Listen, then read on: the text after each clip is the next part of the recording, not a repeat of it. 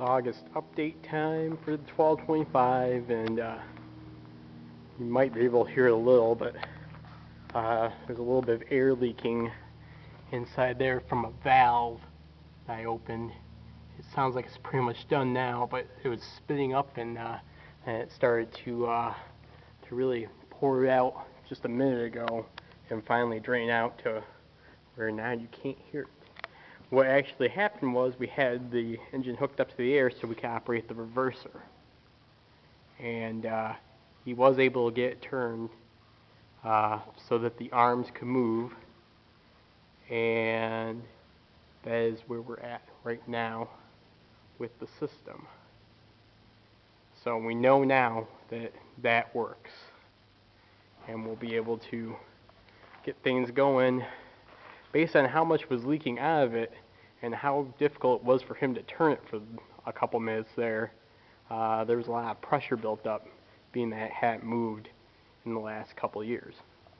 Anyway, what I did today was I cleaned up top again with the vacuum and the needle scaler and the wire brush, the wire wheel, and really got at it, trying to get the caps all cleaned off and all the slag that was up there that they've been working on.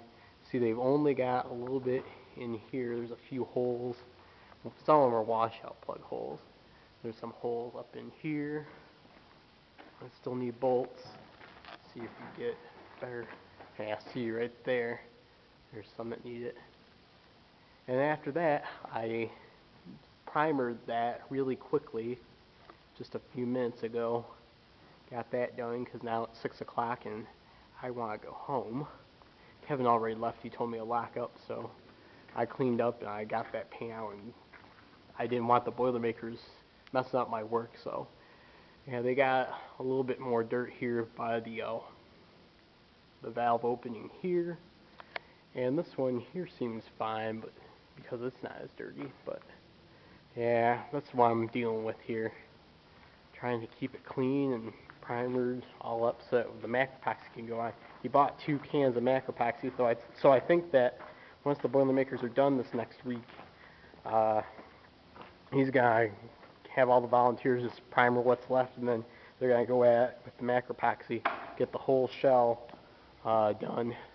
I did some over here too. Only this part here is why I left, because I didn't feel like damming the brush that much more and having to get it all in there. That would probably be a couple big dungings of paint on it, but I did get in between underneath where the catwalk is, at least that sliver of it. The rest of it's all done down that way. Wish I could get underneath more of the tank, but that's already done. There's just a few spots that are starting to show through, but the macro epoxy should be the only problem we have with that, being that now the tank is on, it's kind of in the way.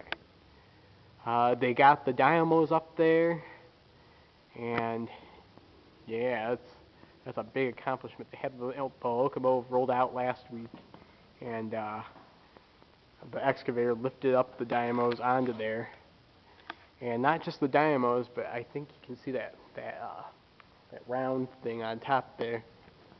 That is actually the muffler and the separating device that connects to the blowdown. So you'd have the blowdowns down here, and there'd be 2 on each side. See, the one's still covered, but basically what happens is the engineer opens up the valve, or the fireman. This side is the fireman's side, of course, and the valve opens, and typically what you'd see over at Crossroads Village on the Huckleberry Railroad, or at Greenfield Village at the railroad there, or any of the other tourist lines like out on the Durango and Silverton. You might see them go over a bridge or somewhere where the steam shoots out the side. Well, we have that. We also have it so that it's connected to a tube. Well, one of them would be connected to the tube that goes upward and into the muffler to quiet it down. It connects to that piece right there and goes inside and swirls around, and then gets let down through the tailpipe, which would be down here, which this side doesn't have, but we got it on the other side still. And basically it makes the blowdown quieter, and you can do it So that's at a lower, so it's aiming more at the track or the ground than it is out here where there might be people or objects that you don't want to hit with hot steam and water. Also, it separates the junk that gets at the bottom of the boiler, which is the whole point of having a blow-down system. And it gets it trapped up there, and then you gotta go clean it out. So that's how that works. You need to show you a little bit more in the cab here. First, here are the drawbar parts, and they've been being worked on. They've been cleaned off, and they're being inspected as we get closer to putting the tender together. Actually, the tender is right out here now, and we're getting ready to put all the lines on and draw the engine and the tender together. So it's sitting out here ready to go.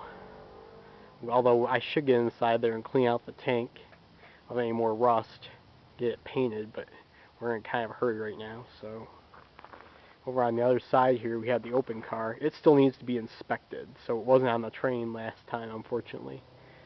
We gotta get the brake rigging hooked up to it because they had the trucks off the one end to put it onto the lowboy semi when they brought it here from New York. But that's what's going on with that. I also cleaned off those tracks over there so that he could put those on it. Anyway, going back in here, here's one of the blowdowns right now. It's not put together yet. It just came back from the plant where it was being worked on and cleaned up and made sure that it was all ready to go. There's actually one over on the table. I'll go show you once I'm done in the cab here. He's been working on some new brackets. 75 won't be operating next week. Next week is the Howell trips.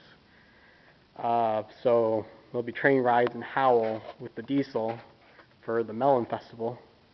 So if you want to ride a train, go on down there. If you want to ride a steam train here in Owasso, it's going to be the week after next. So we'll be operating then. And I'm not sure if that's going to be it for the summer, but we're going to have the train robbery again. So get ready and hold on to the tokens they give you at the station.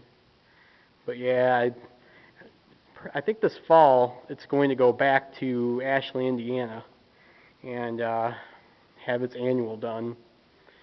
But I hear that they might bring the 126 here for the Halloween things. Otherwise, they'll bring this one back. But that would be nice if we got the 126 here. That'd be the first time operating here. So coming out for those rides. In the cab here, see we got the washout plug inserts. And those will go into these holes that you see in here on the back head. See, we already got the one put in. Anyway, we are going to go into the firebox this month. Yeah, I'll show you in there. Hopefully they get all that done. You see that hole down there? That's where the one arch tube's going to go in. This one over here is going to have the one on the engineer side. Those are the tubes you saw outside. They're right down there now, just waiting to go in. So here on the fireman's side, we've got the piping. Let me get back here. We've got the piping going into for steam that goes into the operations for the jets on the stoker. As you can see, all the brass lines are hooked up so that the jets will be able to work once we get them going. They're still all marked, but that's just in case we got a problem. I think he'll take them off once he comes in next week. So all the jets are hooked up.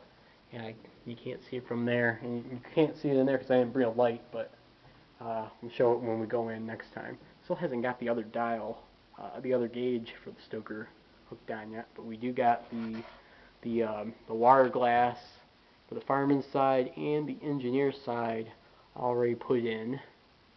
And I didn't mention this, but the turret pipe is also up, and pretty soon these lines will be hooked up as well, so that the manifold controls will all be workable.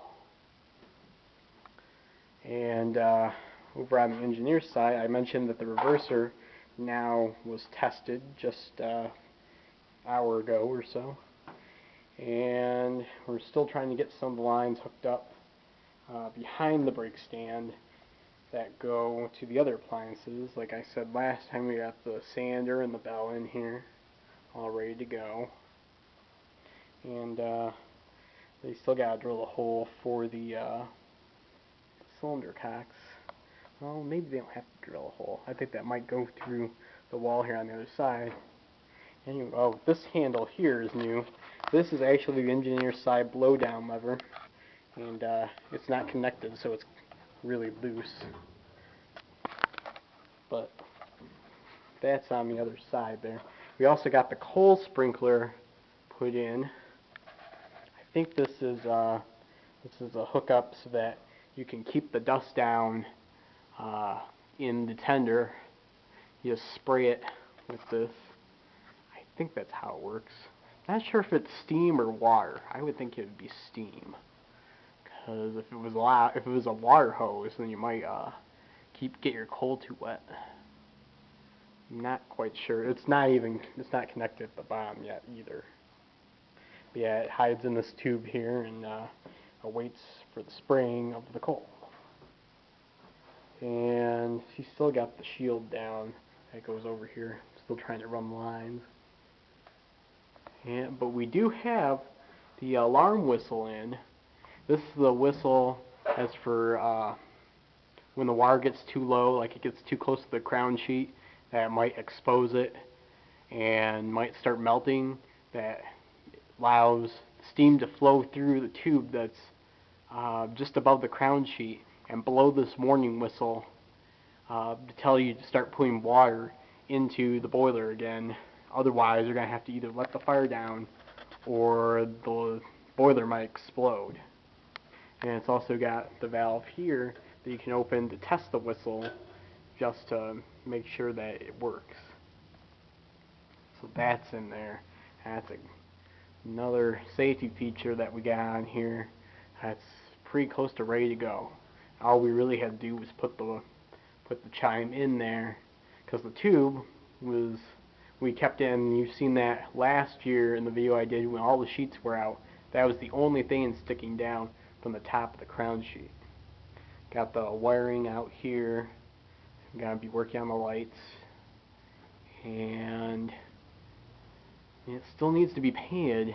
I wish the guy would get in contact with to paint this all green in here. Got the fuse box open, and the connections ready to go for the radio. Coming out here.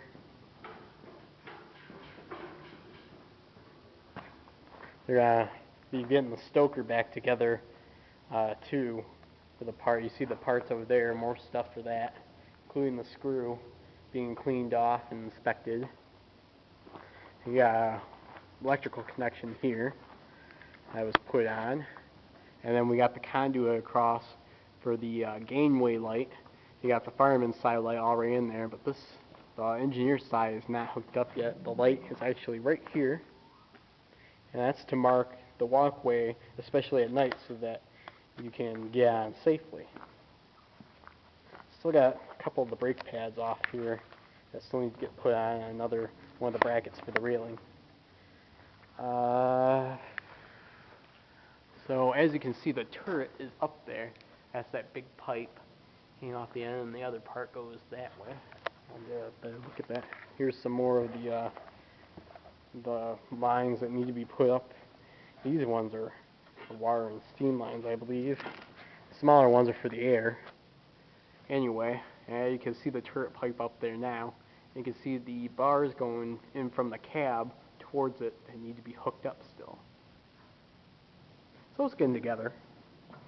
I mean, we could be really sitting on our butts here and letting it go away, but anyway, here's the bar coming out of the cab for the blowdown on the engineer's side, and that'll hook to an arm here That'll hook on there. I think the arm is over here, waiting to be sandblasted.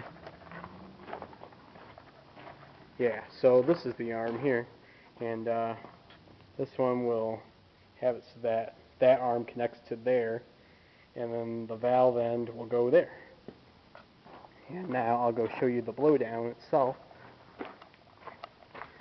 one that's actually pretty much put together, ready to go. More stuff here waiting to go on.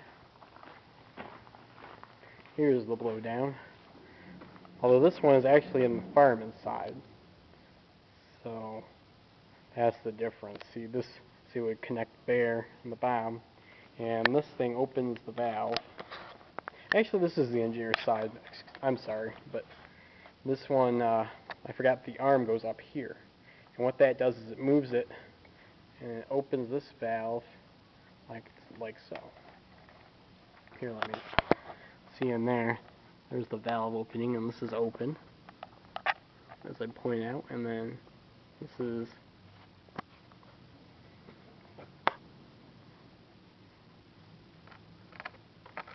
it's closed.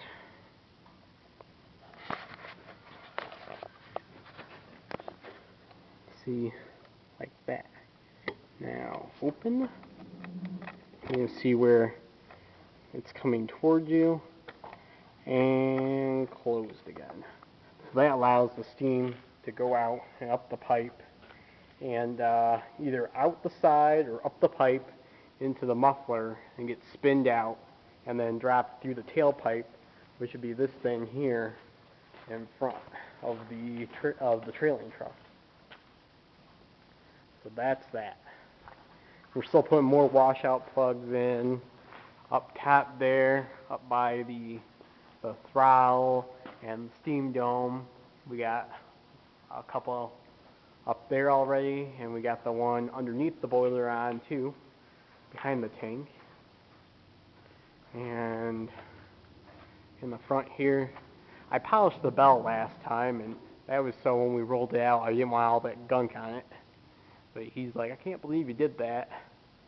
I know I'm going to have to clean it again anyway, but we got the door closed when they moved it out last time. They hadn't been in there yet to work the rest of the way, but the tubes are in, and then we got to do the hydro. And then once we know the tubes aren't leaking, we'll put in the superheaters. You can see some on the other side. These ones now should be ready to go. Yeah, these are, see they have the new arm end, and then the U-tube end. These ones that have the replacements on. The rest of them are outside being tested. So that's it for, well, update 1. And the 1225 is, like I said, coming along, and hopefully pretty soon we'll get the firebox finished and have the engine painted on the outside, including inside the cab, I'm hoping. And then get the stoker in and reconnect the tender and all the lines put on, be ready for a steam test. Hopefully next month, because this thing's got to be rolling in October. So that's my update for August for right now. Stay tuned for update 2 later on. Okay.